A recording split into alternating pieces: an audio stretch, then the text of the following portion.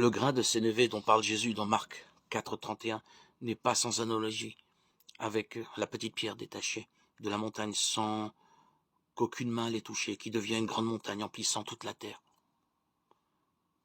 Daniel 2, 34-35. N'est-ce pas finalement la même réalité fondamentale qu'annonce la parole de Jésus?